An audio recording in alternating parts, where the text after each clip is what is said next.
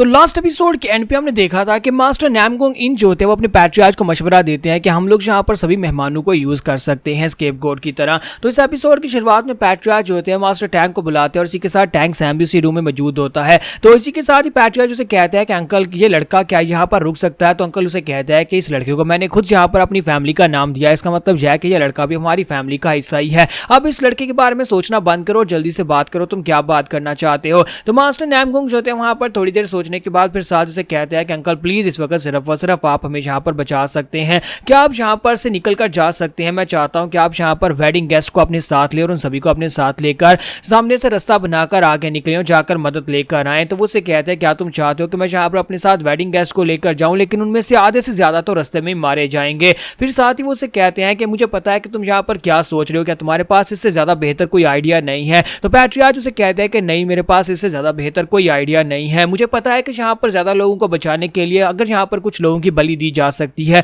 तो दी जानी चाहिए। पैट्रियार्च उसे कहते हैं कि आपको यहाँ पर से एक बोट लेकर सोहो लेक की तरफ आगे बढ़ना होगा, जहाँ पर यांगजी रिवर में जाकर आप यांगजी रिवर के 18 वाटरवे स्ट्रॉन्ग होल्ड के यांगजी रिवर बैंडेड से मदद मांग सकते हैं और वो लोग हमारे लिए यहाँ पर मदद भेज भी सकते हैं। मुझे अच्छी तरह से पता है कि यहाँ पर क्या होने वाला है। मैंने पहले यहाँ पर शिप्स को भेज दिया है ताकि उस जगह के ऊपर जाकर जितने भी गेस्ट हैं सभी को शिप के ऊपर लोड किया जा सके। सभी के सभी जो जितने भी मेहमान आए थे वो सभी लोग यहाँ से वापस जाना चाहते हैं, इसी वजह से वो शिप्स में जाकर चढ़ चुके हैं। अब आपको भी यहाँ पर से निकलना होगा। तो मास्टर टैंक उसे कहते हैं कि कब हमें जाना है। तो पैट्रियार्च उसे कहते हैं कि आपको अभी आज ही निकलना होगा क्योंकि हमारे पास वक्त बहुत ज्यादा कम है। तो मास्टर वो उसे कहते हैं कि चलो फिर ठीक है, मैं जाकर तैयारी करता हूँ। तो जब वो जाने लगते हैं तो पैट्रियार्च उसे कहते हैं कि क्या आप जाने से पहले यहाँ पर एक काम करेंगे, क्या आप मेरी बेटी हई को अपने साथ लेकर जा सकते हैं, क्योंकि मुझे नहीं लगता कि हम लोग यहाँ पर ज्यादा देर तक रुक सकते हैं और मैं उस कमीने आदमी से उसके सामने तो बिल्कुल भी फाइट नहीं करना चाहता जिससे वो शादी करना चाहती थी, जिसके साथ उसने यहाँ पर जिंदगी गुजारने के सपने देखे थे। तो इसी के साथ ही उसे कहता है कि क्या तुम यहाँ पर उसे अपने साथ ले जाओगे। साथ ही पैट्रियार्च वहां पर उसके सामने रोना शुरू कर देते हैं। तो पैट्रियार्च वहां पर रोते रोते उसे कहता है कि अंकल मैं बहुत ज्यादा डर रहा हूँ, मुझे इस बात का डर लग रहा है, मुझे लगता है कि हम लोग यहाँ पर उन लोगों के सामने 10 दिन भी नहीं टिक पाएंगे, इसलिए प्लीज जल्दी से जल्दी मदद लेकर वापिस आना। अगर आप यहाँ पर जल्दी मदद लेकर नहीं आए तो फिर पूरे का पूरा नैमगोंग क्लैन यहाँ पर खत्म हो जाएगा। जबकि मास्टर वो चिल्लाकर उसे कहते हैं अपनी बकवास बंद करो, कहीं तुम पागल तो नहीं होगे, क्या तुम्हें लगता है कि मैं तुम्हें इस जगह के ऊपर मरने दूंगा। नहीं, मैं तुम्हें ऐसा बिल्कुल भी नहीं होने दूंगा, यानी तुम्हारे साथ तुम्हारे लोगों को मरने नहीं दूंगा जब तक मैं जिंदा हूं। मैं जल्दी से जल्दी जाऊंगा और मदद लेकर वापस आऊंगा ताकि तुम सभी को बचाया जा सके। और इसी के साथ ही वो वहां से बाहर चले जाते हैं। जबकि वहां टैंक सैम जो होता है पैट्रियार्च की तरफ देख रहा होता है कि बेचारा किस तरह यहाँ पर रो रहा है। तो टैंक सैम वहां से बाहर आने के बाद सोच रहा होता है कि देखो तो जरा यहाँ पर हुआ क्या, मैंने टैंक वा को बचाया जिसकी वजह से अब मेरी वैल्यू जो है मास्टर टैंक की नजर में और भी ज्यादा बढ़ गई है, जिसकी वजह से अब मैं यहाँ पर देख पा रहा हूँ कि नैमगोंग क्लैन क्या क्या प्लानिंग कर रहा है। मुझे लगता है कि उनकी प्लानिंग बेकार जाने वाली है क्योंकि इस प्लानिंग का कोई फायदा ही नहीं है। जबकि बाहर से पूरी तरह से शैडोज ने उन्हें चारों तरफ से घेर रखा है, वो सभी डिमोनिक फैक्शन के कमीने लोग इन्हें नहीं छोड़ेंगे। यहीं पर हमारी टैंक वा को दिखाता है कि टैंक वा जो होती है वहां पर खड़ी होती है और सोच रही होती है क्या मेरा क्या होगा। फिर साथ ही वो टैंक सैम की तरफ देखते हुए शर्माना शुरू कर देती है क्योंकि टैंक सैम ने उसकी जान बचाई है तो उसकी नजर में तो वो एक हीरो बन चुका है। तो उसके पास आकर खड़ी हो जाती है। पहले तो वहां पर चुपचाप खड़ी होती है और सोच रही होती है कि मैं यहाँ पर इससे किस तरह से बात करूं, ये बहुत ही ऑकवर्ड सिचुएशन है, ये लड़का इतना हैंडसम है कि मैं यहाँ पर इससे किस तरह से बात कर स्टार्ट करूं। वो शर्माते हुए फिर साथ ही उसे कहती है कि तुम्हारा बहुत बहुत शुक्रिया मेरी जान बचाने के लिए। और साथ ही उसे कहते हैं कि मुझे यहाँ पर तुम गलत मत समझना, मैं तो बस यहाँ पर तुमसे सॉरी बोलना चाहती हूँ जो भी मैंने तुम्हारे साथ पहले बदतमीजी की और उसके बाद तुम्हें थैंक यू बोलना चाहती हूँ। जबकि वहाँ टैंक सैम जो होता है वो उसकी बातों के ऊपर बिल्कुल भी ध्यान नहीं दे रहा होता। तो यहीं पर से बाहर का सीन दिखाता है, यानी कि उनका जो नैमगोंग क्लैन होता है उसके बाहर लस्ट डीमन को दिखाता है कि लस्ट डीमन वहां पर खड़ा खड़ा पैलेस की तरफ देख रहा होता है। इसी के साथ ही डू ह्योक उसके पास आ जाता है। तो डू ह्योक तो उसने अपना यहाँ पर फेक नाम रखा हुआ है, असल में यहाँ पर उसे शिफ्टिंग शैडो या शिफ्टिंग डीमन का नाम है, उसका जो टाइटल है वो शिफ्टिंग डीमन का है। तो जब वहां पर आता है तो उसे कहता है कि शिफ्टिंग डीमन तो क्या तुमने यहाँ पर अपने मिशन को पूरा किया, लगता तो नहीं है, या फिर मैं तुम्हें डू ह्योक कहकर पुकारूं। और साथ ही उसे कहता है कि मैं यहाँ पर तुम्हारे बहाने बिल्कुल भी नहीं सुनना चाहता। तो शिफ्टिंग डीमन उसे कहता है कि लस्ट डीमन क्या तुम्हें लगता है कि मैं यहाँ पर फेल हो गया हूँ, तुम्हें लगता है कि मैं फेल होकर आया हूँ, लेकिन नहीं, मैं यहाँ पर अपने मिशन को पूरा करके आया हूँ। तो लस्ट डीमन उसे कहता है कि तुम्हारी वजह से वहां पर हमारे 4 डीमंस मारे गए, 4 डीमंस वहां पर बेकार में मारे गए जब तुम वहां पर अंदर मौजूद थे और तुम्हारा काम था वहां पर पैट्रियार्च को खत्म करना और उसके बाद हम अपनी फोर्सेस को लेकर अंदर जाते।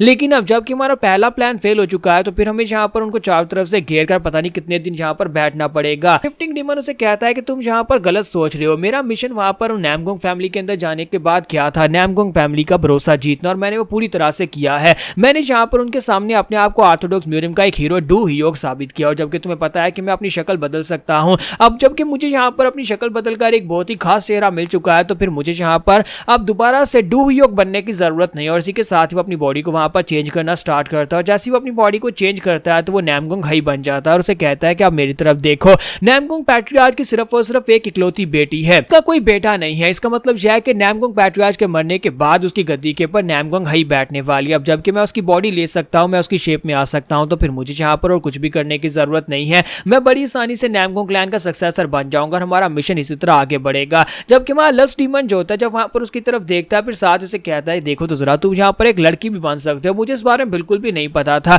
अब जबकि तुम यहाँ पर नामगुंग हाई बन सकते हो, तो फिर तो यहाँ पर प्लान फिर से एक्टिवेट हो जाएगा। लेकिन साथ ही क्योंकि वो लस्ट डीमन है, इसका मतलब यह है कि वो लड़कियों को देखकर ठड़कपुना शुरू कर देता है। तो वो उसे कहता है कि अगर यहाँ पर देखा जाए तो तुम तो बहुत ज्यादा खूबसूरत हो, और बिना कपड़ों के तो तुम और भी ज्यादा खूबसूरत लग रहे हो। यहाँ तक कि मुझे पता है कि तुम एक लड़के हो और तुमने अपनी बॉडी को चेंज किया, लेकिन इसके बावजूद मैं अपनी ठड़कपुने को रोक नहीं पा रहा। तो ये बात सुनने के बाद हमारा जो शिफ्टिंग डीमन होता है वो चलाकर उसे कहता है कहीं तुम्हारा दिमाग तो नहीं खराब हो गया, क्या तुम यहाँ पर मेरे बारे में गंदा सोच रहे हो। तो वो उसे कहता है कि तो इस पे क्या फर्क पड़ता है कि मैं यहाँ पर गंदा सोच रहा हूँ, और मुझे इस बात से फर्क नहीं पड़ता कि तुम एक लड़का लड़की बने हो, क्योंकि तुम बहुत ज्यादा खूबसूरत हो। अगर मुझे यहाँ पर वो सब टेस्ट मिले तो फिर चाहे यहाँ पर लड़का हो या लड़की हो, मुझे इस बात से फर्क नहीं पड़ता। तो इसी के साथ ही हमारा शिफ्टिंग डीमन अपनी पावर्स को रिलीज करता है और उसे कहता है कि तुम्हारा दिमाग खराब हो गया है, अगर तुमने यहाँ पर मेरी तरफ गंदी नजर से देखा तो फिर मैं तुम्हारी आंखें निकाल दूंगा। और इसी के साथ ही एक बर्ड वहां पर उनके पास आता है जो कि मैसेज लेकर आया होता है। तो वो उसे कहता है कि ये मैसेज कहां से आया है। तो लस्ट डीमन उसे कहता है कि वाटर डीमन ने मैसेज भेजा है। तो वो वाटर डीमन का मैसेज पढ़ता है और उसे पता चलता है कि शिप्स निकल चुकी है, नामगुंग क्लैन के लोग वहां पर अपनी फैमिली को छोड़कर निकल चुके हैं।